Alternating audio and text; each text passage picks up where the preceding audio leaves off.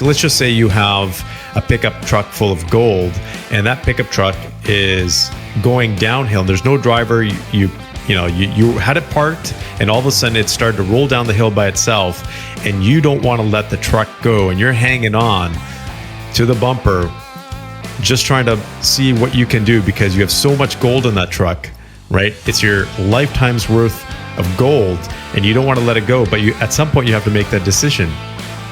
Do you let go and save your life, or do you go down with the truck?